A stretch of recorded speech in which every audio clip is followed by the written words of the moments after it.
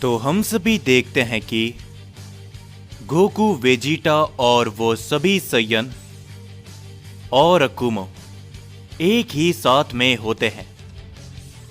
और तभी गोकू अकुमो से कहता है, फादर ऑफ सैयन, क्या आप हमें बताओगे कि आखिरकार ये एंजल्स आखिर क्या करने की कोशिश कर रहे हैं, और इसी के साथ में आखिर मल्टीवर्स 9 के प्राइमल सैयन आखिर उनसे हमारी दुश्मनी भला क्यों है। जिसके ऊपर तभी अकुमो कहता है, मुझे इसके बारे में पूरी तरीके से जानकारी तो नहीं है, लेकिन हाँ, ओज़मा वो उस पहले एंजल की ताकत को पाना चाहता है जिसने इस ओमनीवर्स को क्रिएट करा था, ताकि वो इस ओमनीवर्स को अपनी तरीके से चला सके।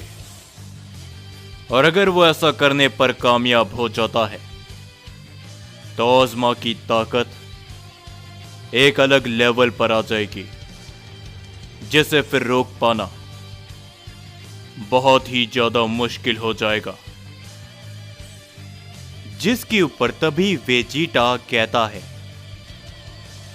ये तो उन एंजल्स की बात है, लेकिन आखिर वो सैयन्स वो आखिर हमारे दुश्मन क्यों बन बैठे हैं। आखिर ऐसा क्या हुआ था जो मल्टीवर्स 9 के सैयन हमारे दुश्मन बन चुके हैं। जो सुनकर अकुमो कहता है, ये उस समय की है जब गॉड्स चाहते थे प्राइमल सैयन प्रजाति को पूरी तरीके से मिटाना, लेकिन उस समय पर मल्टीवर्स 9 के अंदर भी प्राइमल सैयन की प्रजाति एग्जिस्ट करती थी। और इसी कारण से उन गॉड्स ने मल्टीवर्स 9 के और मल्टीवर्स 7 यानी कि हमारे दोनों ही मल्टीवर्स के सैयन्स को आपस में चालाकी से भिड़ा दिया। उस समय पर दोनों ही मल्टीवर्स के सैयन गॉड्स की चालाकी को समझ नहीं पाए थे, लेकिन इस लड़ाई के दौरान मल्टीवर्स 9 के आधे से ज्यादा सैयन्स खत्म हो गए और हमारे मल्टीवर्स के सैयन्स को भी भारी नुकसान पड़ा। अगर अब वो बात समझ भी जाते हैं तो भी इसका कोई फायदा नहीं होगा, क्योंकि दोनों ही मल्टीवर्स के सैयन्स को नुकसान पहुंचा था। मुझे तो यही वजह लगती है कि वो लोग इस समय पर अपनी पुरानी दुश्मनी निकाल रहे हो। अगर इसके अलावा कोई और बात होगी तो उसके बारे में मैं कुछ भी नहीं कह सकता।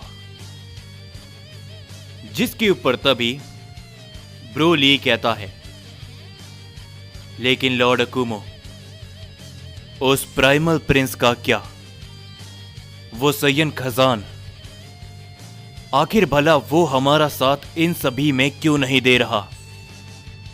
वो भी तो हमारे मल्टीवर्स का सैयन है, और वो भी एक सैयन प्रिंस।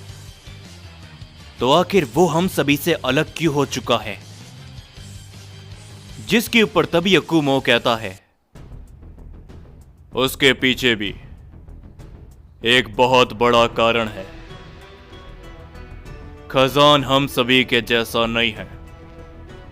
उसे ये सारी लड़ाई बेफिजूल की लगती है, लेकिन इस लड़ाई में अगर हमारा सामना प्राइमल सैयन से होता है तो हमें खजान की भी जरूरत पड़ेगी, क्योंकि अकेला प्राइमल सैयन राइजो हमारे साथ में है, और प्राइमल सैयन्स की ताकत लेजेंडरी सैयन्स की ताकत से भी कई गुना ज्यादा होती है। अकुमो की बातों को सुनकर ब्रूली थोड़ा सा हैरान हो जाता है, मगर उसी के बाद हम सभी ओज़मा को देखते हैं, जो कि इस समय पर एक डायमेंशन के अंदर आ चुका होता है। और तभी ओज़मा कहता है, सामने आओ, मैं अच्छी तरीके से जानता हूं दूसरे सुप्रीम एंजल, तुम इसी डायमेंशन में छुप कर बैठे हो। ये कहने के बाद ओज़मा अपने चारों तरफ देखने लगता है, मगर उसे कोई भी नजर नहीं आता। और तभी उसे एक आवाज सुनाई देती है। ये जानकर मुझे हैरानी हुई कि तुमने मुझे इस डायमेंशन में ढूंढ लिया, मगर तुम यहां पर आ तो गए हो, लेकिन जिंदा लौटकर नहीं जा पाओगे। और तभी हम देखते हैं कि चारों तरफ से ओज़मा के ऊपर कई सारे हमले होने लगते हैं, लेकिन ओज़मा उन सभी वार को अपनी पावर लगाते हुए रोक लेता है। और तभी ओज़मा कहता है, क्या बात है, लगता है कि एक और सुप्रीम एंजल मिल चुका है जो कि लड़ना जानता है, मगर तुम ऐसे छुप कर मेरे ऊपर वार करोगे, इसका कोई भी फायदा नहीं। तो सामने आओ मेरे दूसरे सुप्रीम एंजल। ओज़मा के ये बोलने के बाद ही हम देखते हैं कि वहां पर एक रोशनी चमकती है, और उस रोशनी के अंदर से वो दूसरा सुप्रीम एंजल बाहर आता है, और वो कहता है, मैं अच्छी तरीके से जानता था कि तुम यहां पर मेरी तलाश में जरूर आओगे।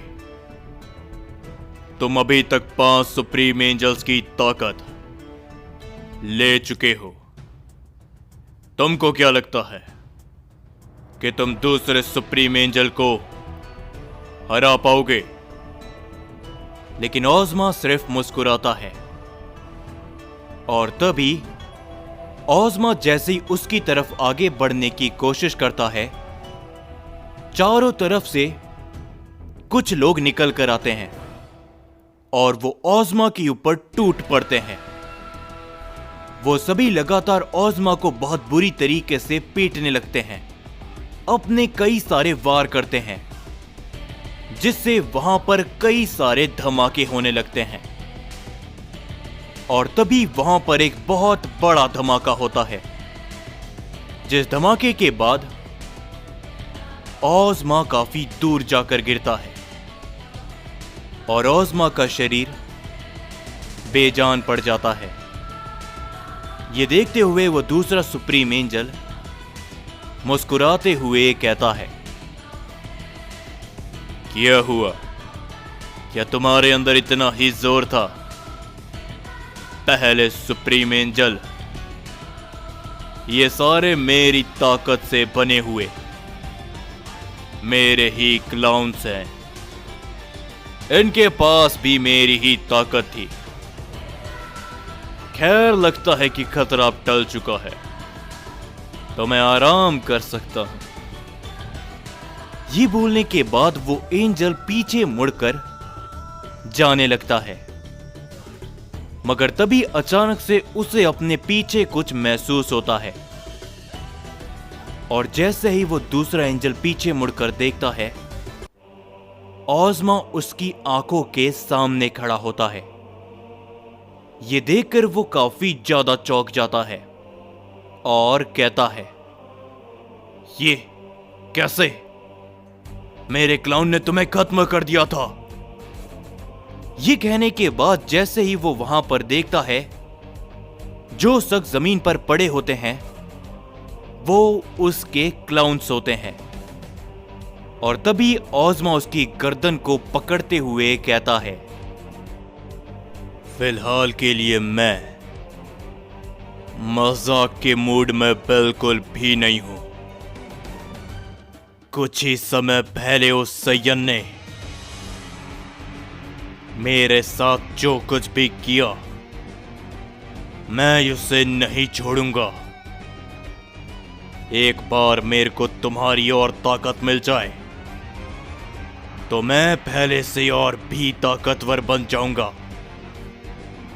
तो मुझे अब तुम्हारी ताकत दे दो, दूसरे सुप्रीम एंजल।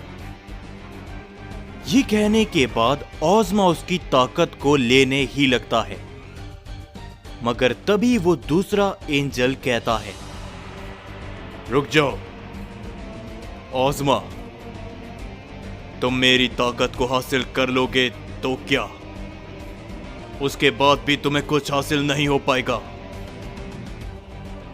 अगर तुम और तुम्हारे साथी ताकतवर नहीं हुए तो मैं अपनी सुप्रीम ताकत तुम्हें दे दूंगा, लेकिन मुझे मत मारो।